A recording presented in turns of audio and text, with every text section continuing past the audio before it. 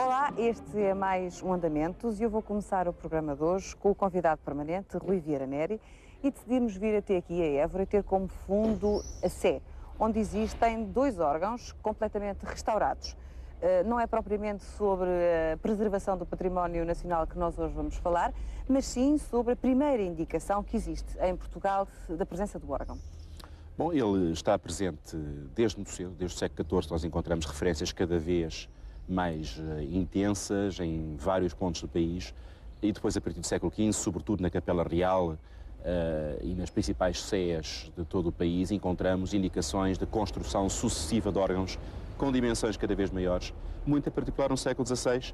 Há uma figura-chave de um organeiro chamado Heitor Lobo, que parece que trabalhou designadamente no órgão quinhentista da Sé de Évora, mas também no órgão do Mosteiro Santa Cruz de Coimbra e em outros mais. Há organeiros como Bento Salorzano, enfim, uma série de grandes construtores nacionais que se destacaram com um grande número de encomendas e que, no fundo, levaram à maturidade este instrumento que era o órgão renascentista e maneirista português.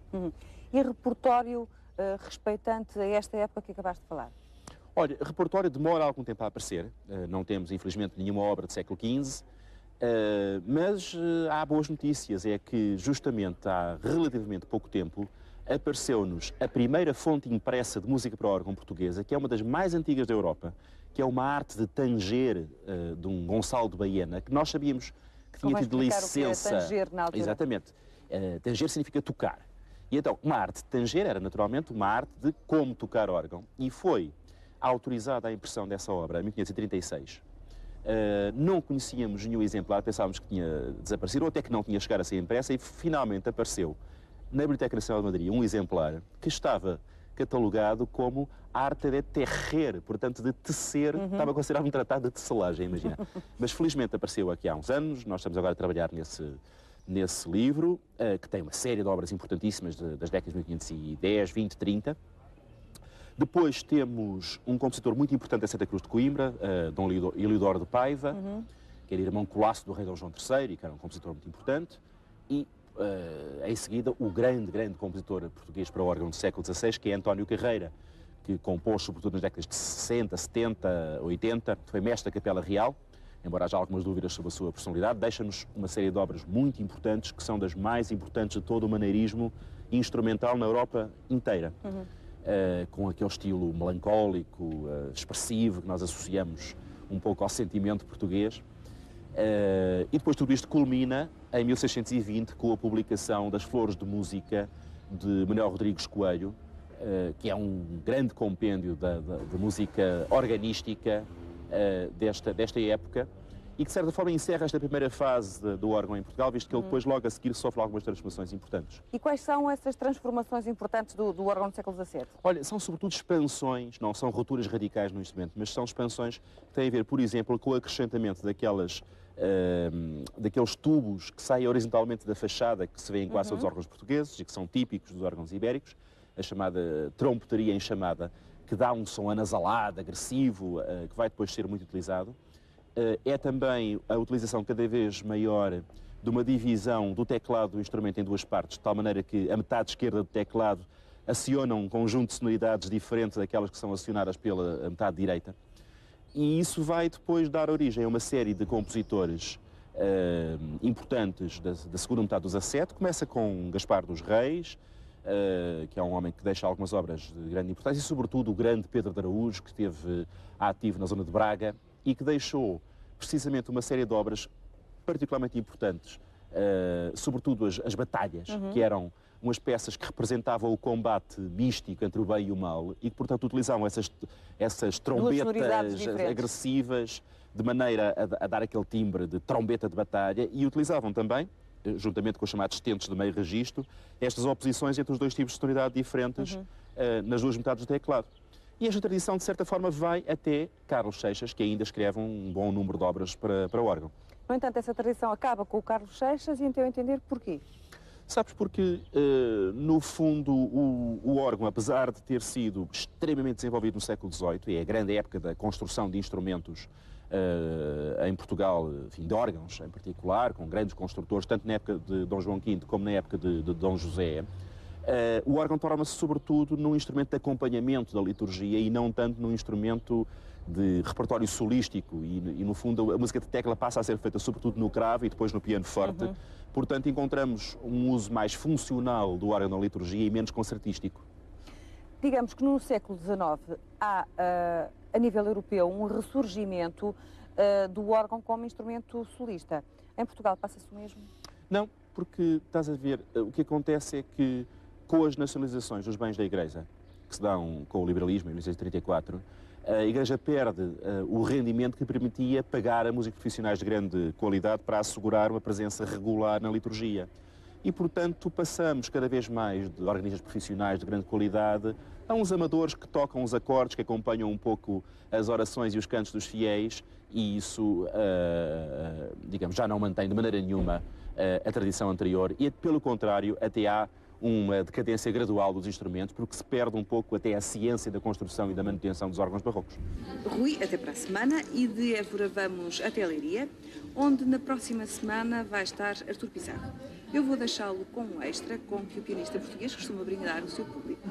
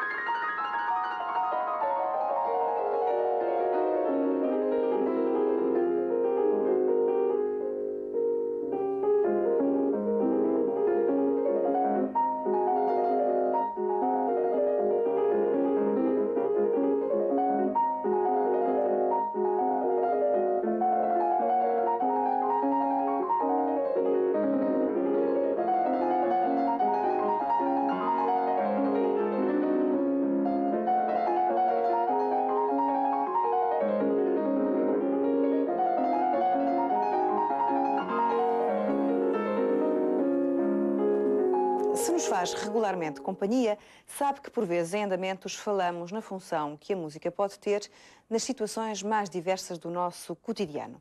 Hoje vamos falar da função da música na liturgia islâmica.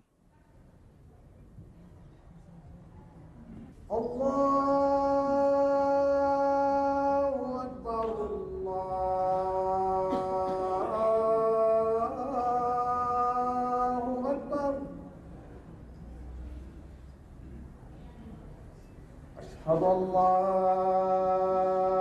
إله إلا الله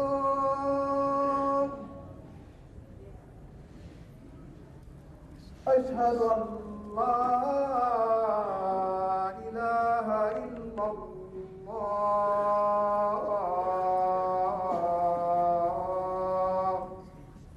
E são meus convidados para falar deste tema, Sálua Castelo Branco, etnomusicóloga, e o Sheikh Munir.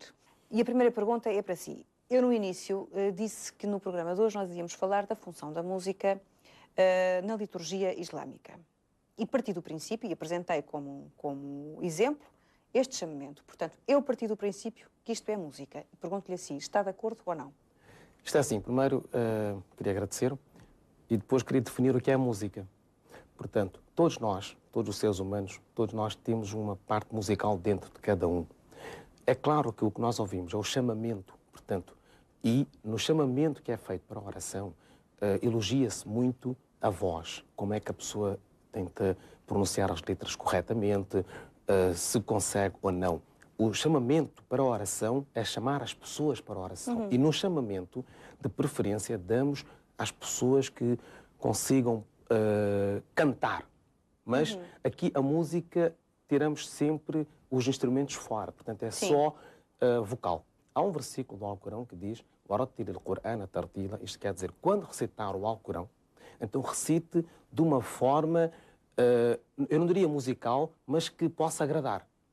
E a voz, portanto, quando a pessoa canta, entre aspas, utiliza o som, utiliza vocal. Da mesma forma, quando lê o Alcorão, aliás, todos os muçulmanos, quando aprendem a leitura do Alcorão, primeiro aprendem a ler, a pronunciar corretamente as letras. As palavras. E depois juntam as letras para termos as palavras. Há certas letras que o árabe tem, por exemplo, a letra Ain, a letra Of. Não é fácil, mas não é impossível. Salva Castelo Branco, a sua opinião enquanto etnomusicóloga e não enquanto pessoa ligada a esta religião? Bom, em primeiro lugar, gostaria de dizer que a leitura do Alcorão, que é como no mundo árabe e muçulmano em geral é identificada esta forma de expressão que, sem dúvida, é musical, não é considerada música.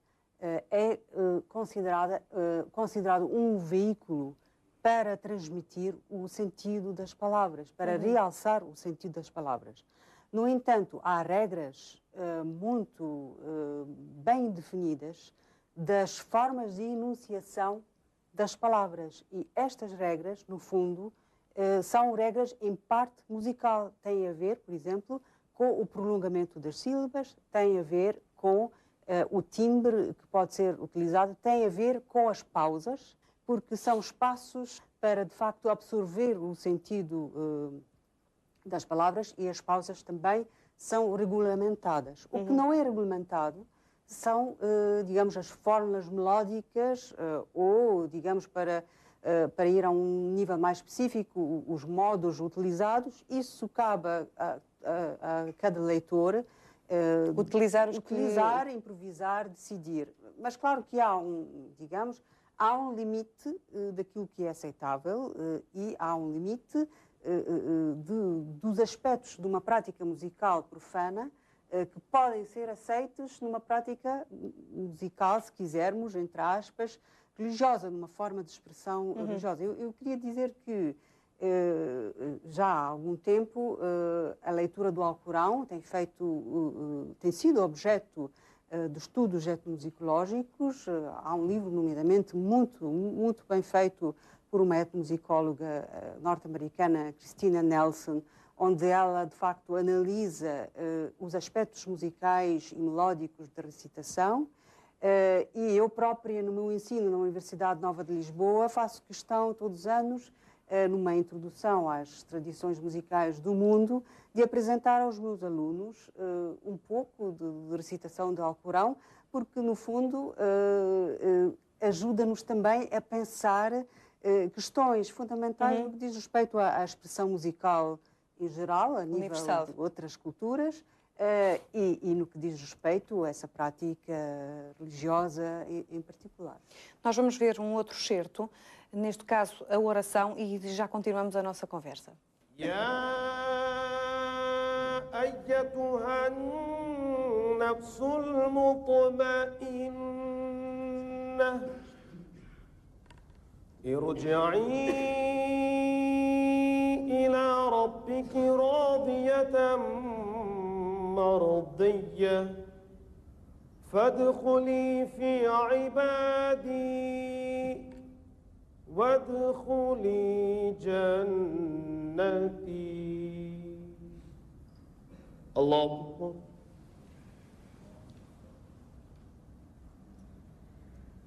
سمع الله لمن حمده. الله أكبر. الله أكبر. الله أكبر. Este é um exemplo mais musical, se me é permitida a palavra. Eu pergunto-lhe, falou há pouco que há maneiras de aprender. São escolas de aprender a fazer, por exemplo, esta oração? Isto é assim, qualquer muçulmano, quando aprende a recitação do Alcorão, começa pelas letras. É claro que vai aperfeiçoando a sua pronúncia. E uma vez que estamos aqui com uma egípcia, e conhece muito bem que hoje, no mundo islâmico e mundo árabe, os melhores recitadores do Sagrado Alcorão são egípcios. Portanto, é uma escola mesmo... Porquê? Há uma escola específica? Tem o dom. Al-Azhar, por exemplo, a Universidade de Al-Azhar, tem mas bons recitadores, onde o mês Ramadão, só para ficarem com uma ideia, é o mês sagrado dos muçulmanos, é o mês do Alcorão, porque foi neste mês é que o profeta recebeu as primeiras revelações do Sagrado Alcorão. Al-Azhar, essa universidade, manda recitadores para todo o mundo, para ficarem durante um mês nessas comunidades, e nós recebemos também, para eles diariamente recitarem textos do Sagrado Alcorão, mas não recitarem como nós ouvimos na oração. Agora, pergunto-lhe, em termos de entoação, Sim. aquilo que nós acabamos de ouvir, aquele certo daquela oração, Sim, sim. é sempre entoado desta maneira? Ou o Sheikh Munir fez de uma maneira e outra pessoa pode fazer de outra? Claro, pode fazer de... Portanto, pode dar inflexões distintas? Pode dar. O que há alguns versículos onde nós não podemos parar. Há alguns versículos onde a pessoa tem que abrir a vogal. Tem que mesmo abrir a vogal, porque abrindo a vogal é corretamente a pronúncia. Há outros onde não se pode abrir. Falando musicalmente, isto é assim, o que está determinado é os tempos de música e os tempos de pausa. As inflexões são livres? Sim. No fundo, essa é uma das regras básicas, como sabe, que não se deve, digamos, recitar da mesma maneira repetidamente, ou seja, não se deve fixar a melodia da recitação do Alcorão, porque o Alcorão é considerado a palavra, e é a palavra de Deus, e, portanto, sendo assim, a única coisa que deve ser fixa são as palavras, e as palavras enunciadas segundo regras específicas da sua enunciação. Algumas letras são nasais, Sim. outras não. Pois. Há uma onde a pessoa tem que mesmo ler de uma forma onde na outra não pode. Portanto, há regras, e o nome dessas regras em árabe é tajwid. O tajwid é ler corretamente o Alcorão. Portanto, com melodia, mas não só pronunciar corretamente, saber onde parar, onde não parar. Agora, queria também acrescentar que há 7 maneiras de alguns versículos, 7 maneiras diferentes de serem recitados no Alcorão. E agora vamos à questão fundamental e a primeira de todas. Partindo do princípio que isto é música ou uma forma musical, qual é a função que estas partes musicais, porque eu assisti à liturgia, e havia partes faladas, portanto, dentro da cerimónia religiosa, que função é que estas partes entoadas têm?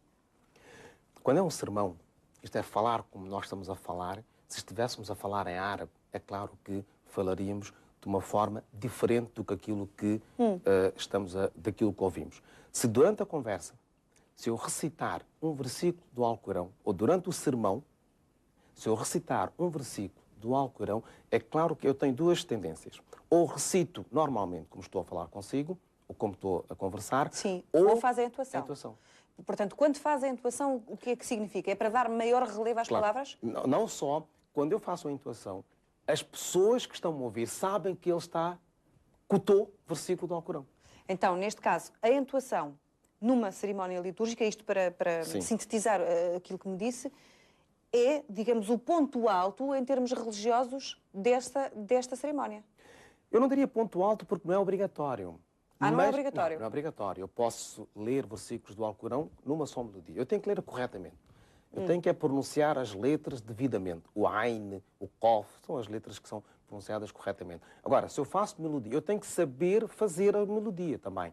E por isso é que se aprende o estudo da recitação do Alcorão, que é o tajwid. Quando nós, por acaso, os egípcios são os melhores recitadores, porque a escola, a Universidade Al-Azhar, prepara-os desta forma. Não é que as outras não sejam, mas só que no mundo islâmico e no mundo árabe, concretamente, notou-se e chegou-se a essa conclusão, nos dias de hoje, são eles.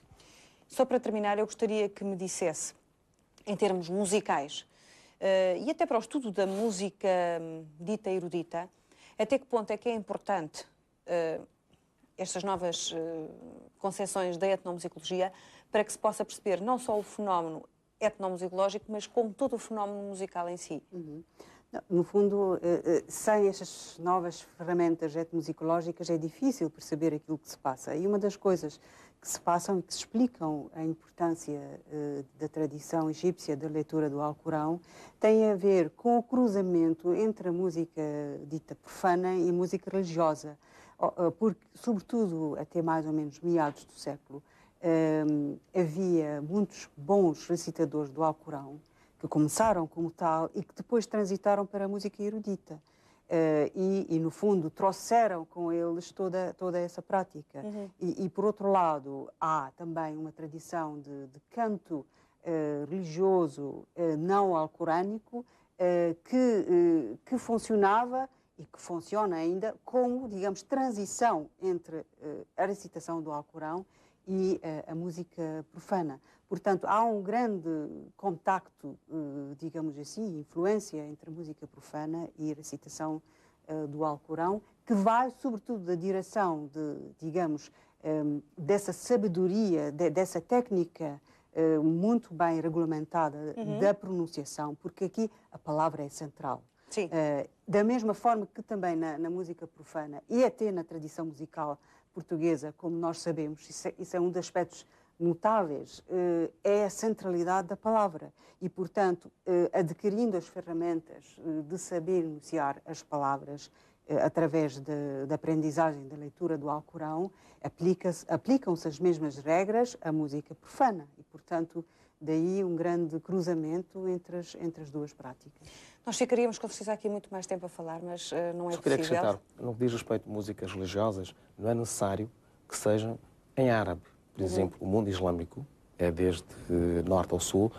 Na Índia, no Paquistão, cantam-se músicas religiosas, mas em hindi, em urdu, provavelmente na Indonésia, na língua deles, como também em árabe canta-se línguas religiosas em louvor a Deus e em louvor ao profeta, mas também intua-se de uma tal forma que quem não percebe árabe, ou quem não percebe ou não conhece muito bem o Alcorão, quando vê alguém a cantar ou a louvar, não sendo versículos do Alcorão, pensa que são versículos do Alcorão.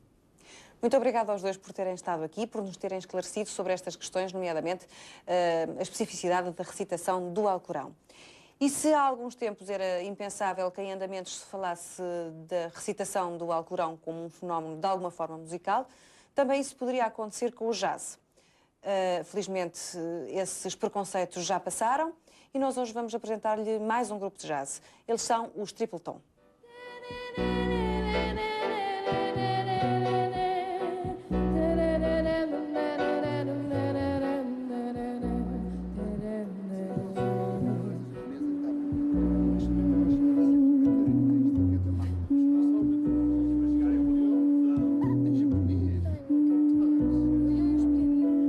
Olá, bom dia. Vocês são os Triple Tom. Eu venho-vos fazer companhia durante um bocadinho. Vamos às apresentações primeiro. Vasco Souza, sou contrabaixista. Inês Nogueira, sou a cantora dos Triple Tom. Eu sou o António Neves da Silva, pianista. António, vou-lhe perguntar a definição deste grupo dos Triple Tom em relação aos outros grupos de jazz que existem. Bem, o que nós tentamos fazer é, naquilo que tocamos, encontrar novas formas de arranjar e adaptar os temas que tocamos. Enfim, qualquer grupo de jazz, no fundo, hoje em dia deve fazer isso em relação àquilo que já foi feito, em relação aos grandes temas de jazz, porque se vamos fazer exatamente a mesma coisa, não conseguimos, e depois aos grandes mestres de jazz para fazer isso. E agora tem aqui a oportunidade de convidar o público para ir ao vosso concerto. O concerto do Triple Tom vai ser no dia 9 de junho, pelas 21h30, na Casa da América Latina. Teremos todo o prazer em que apareçam. Muito obrigada.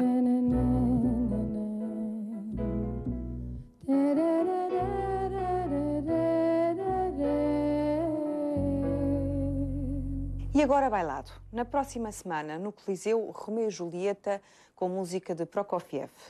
É a famosa obra de Shakespeare, transposta para bailado, o amor de Romeu e Julieta, as rivalidades entre Montecchios e Capuletos. A coreografia é do diretor do Teatro Bolshoi, Grigorovich, e a interpretação é do balé do Teatro Russo.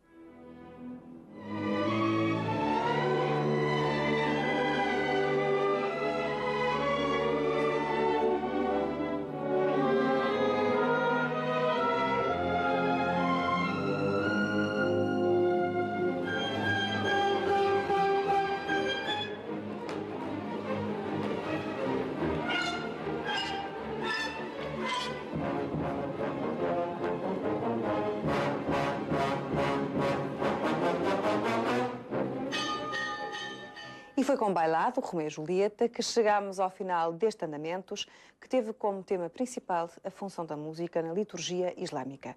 Volto a marcar encontro consigo no próximo programa. Mais assuntos em debate. Então, até lá.